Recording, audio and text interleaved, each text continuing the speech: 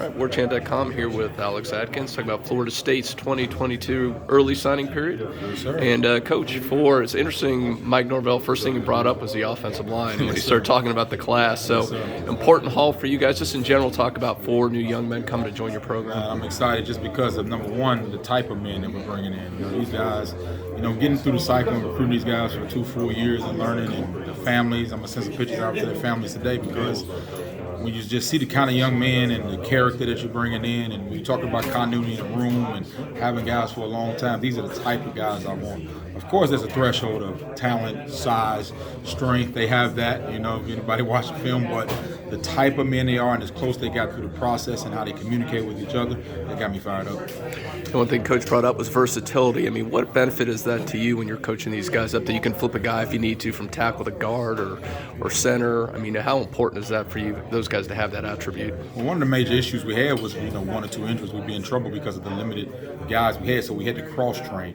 So now what I'm doing is I'm bringing guys that want to be able to play on the edge, but also can move inside easily, and be able to do both, and then just have those big mauler guys that can last and, have the body types to, take the punishment of the game.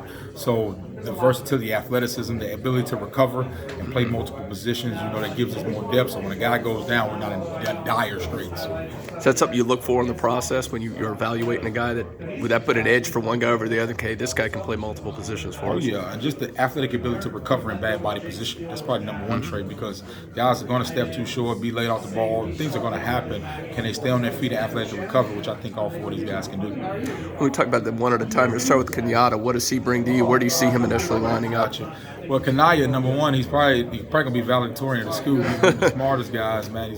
He's a massive human being. I know you've seen the pictures out there, but also just the leadership he had, not only in his O-line, but his offense, man. And even at his home, he has a little brother, mom, had fell in some rough times, and he took charge of that. So he's a guy that brings not only a big man attitude that can maul and move people out the way, but he can athletic recover. I got to go watch him in a rainstorm. That was a good, funny story, because when I was watching him, it was pouring, raining, and you'd have thought he was in sunshine as much fun as he was having out there. But just a big guy that can move people. You got to be able to move people out the way. That's the primary position. That's the primary thing people say offensive line is, we want him big, fast, strong, Can he block? That's the first thing. Does he block people? And he can do that very well. And then Jaylen Early. Tell us a little about that young man. Right. Jaylen Early is a fearless kid.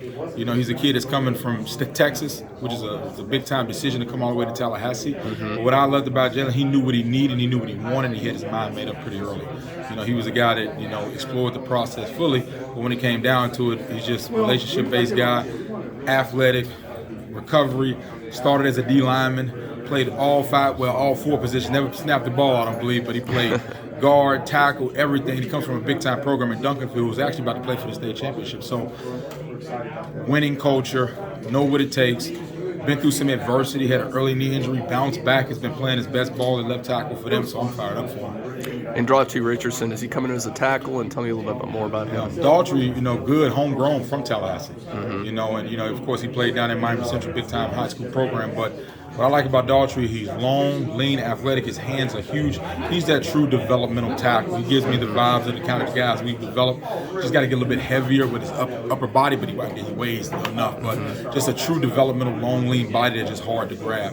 What I like about Daughtry is a lot of times for his high school, he jumped in there at guard and showed some physicality and some toughness in some games and was willing to kind of go inside and run. But that showed me that he has that toughness and mean streak that we look for. But Daughtry also, man, just a great backstory with his family and an incident that happened, some personal to him, but the way he's fought through adversity, like Coach Norvell talked, that speaks to his character more than anything, and that's the number one thing, that is character.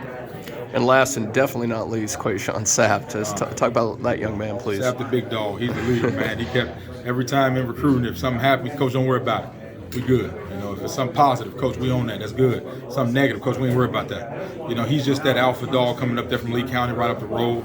He's been the leader of the class. He's always been vocal.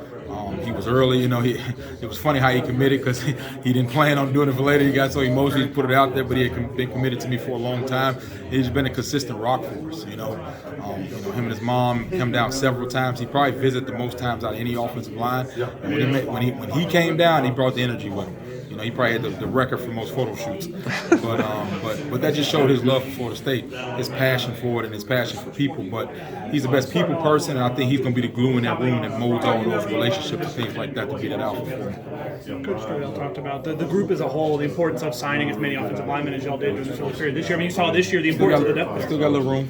Still got a little bit. Well, I guess this class has been in the works. I mean, probably since close to you got here. Just seeing so many guys in the fold now officially. How gratifying is that for you? Well, it's amazing because you're celebrating signing day, but I've been recruiting these kids for so long, and the relationship is there for so long. You don't want to say it's another day, but I holler at them, FaceTime, Coach, we good, it's official.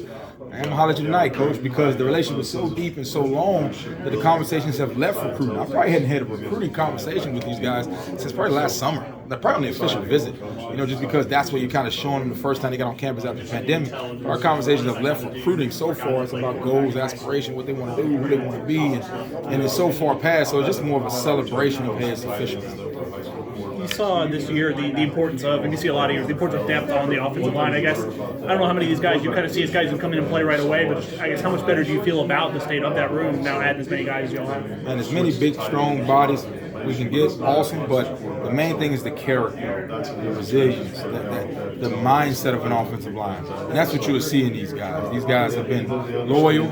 They've been vocal about it, and to get that group we're a unit. This is not like an individual recruiting where I'm trying to do this for you individually.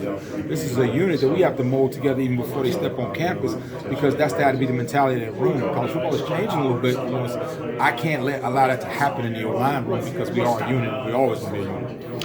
Well, you guys been looking at the portal. Obviously, DLT was a big part of your unit this past season. Would you like to add one or two more guys in there? It just depends on the fit. I always go through my guys that are already on campus. If we ever look in the portal, it's a group decision. It's not just Coach Atkins. I go to my guys and we have a conversation and they evaluate and talk about it, what our need is, because like I said, it's a unit. So I can't just be throwing random guys. They know who's coming in. They know who's leaving. It's an open conversation. They're always involved. And that's why we've never had much, our units have molded pretty quickly when we brought guys in the portal because it was a group decision. So, I'll talk to them and kind of show them some guys and see what they think, and we'll kind of move on from there. Thanks, Coach.